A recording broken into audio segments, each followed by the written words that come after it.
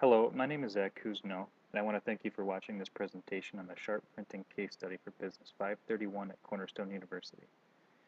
I want to cover 4 different things in regards to this case study. First, I'll discuss what Lauren, the project manager, should do next. Second, I'll shed some light on senior management's actions from a project management standpoint.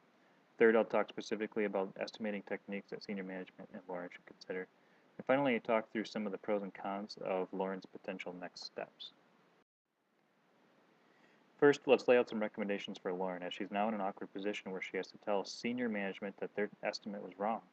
Lauren took the estimates that her senior management team came up with and reran the numbers with a bottom-up approach. Her findings indicate that senior management was off by 20%. Also, the pressure on Lauren has doubled because senior management has already declared this project as highest priority. Regardless of the information provided in the case study, it's fair to assume that senior management should expect a difference in the actual cost versus their estimate, just simply because it's an estimate. It is difficult to say if 20% will be a real game changer for them or if they'll continue forward with the project. Regardless of how they actually react, Lauren will need to present this information and get approval on her project charter. There's 2 things I would do if I were Lauren before presenting this to senior management. First, I would do an analysis on their estimate and compare it to the bottom-up estimate that I've completed. Any areas where they're significantly off should be detailed and ready to explain. Second, I'll try to meet with at least one of the senior management members individually to review the information and get a sense for how the news would be taken. This will help me better prepare for your group meeting. There's a couple of things senior management did that I don't agree with. First, I think it wasn't necessarily appropriate for the result of a single offsite meeting to be the highest priority for the entire company.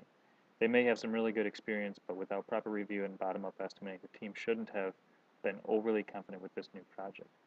Especially from a planning standpoint, if management arbitrarily assigns priority on this project, they may be pulling resources from other projects. The reallocation of resources could cause high-priority projects to have increased cost or time for completion. It may have been good for them to consider a PMO. Second, I think senior management should have spent more time reviewing with subject matter experts. These people are intricately involved with developing similar projects and can help develop true scope and project charter before jumping the gun and assigning priority. There's 2 main types of estimates, top-down techniques and bottom-up techniques. The top-down techniques are rough estimates that really help you determine if the project is going to be feasible or not. It's a fairly quick method, but it's also fairly inaccurate. It's fairly low cost to create, and the accuracy is quite a large range. Bottom-up techniques really help you to set budgets and schedule resources. These techniques are higher cost to create. They do take a lot more time. You do get a lot more detail out of them, and they are about twice as accurate as top-down techniques. These are 2 different potential actions that Lauren could take in next steps for her. The first is she could just take her bottom-up estimate and approach management with it, and the pro would be she gets the news out to them and gets their response right away. The con is that she can trigger pushback from management and it could not go very well at all. The other option that she could do is develop an alternate estimate with scope changes that fit management's expectations for cost and time.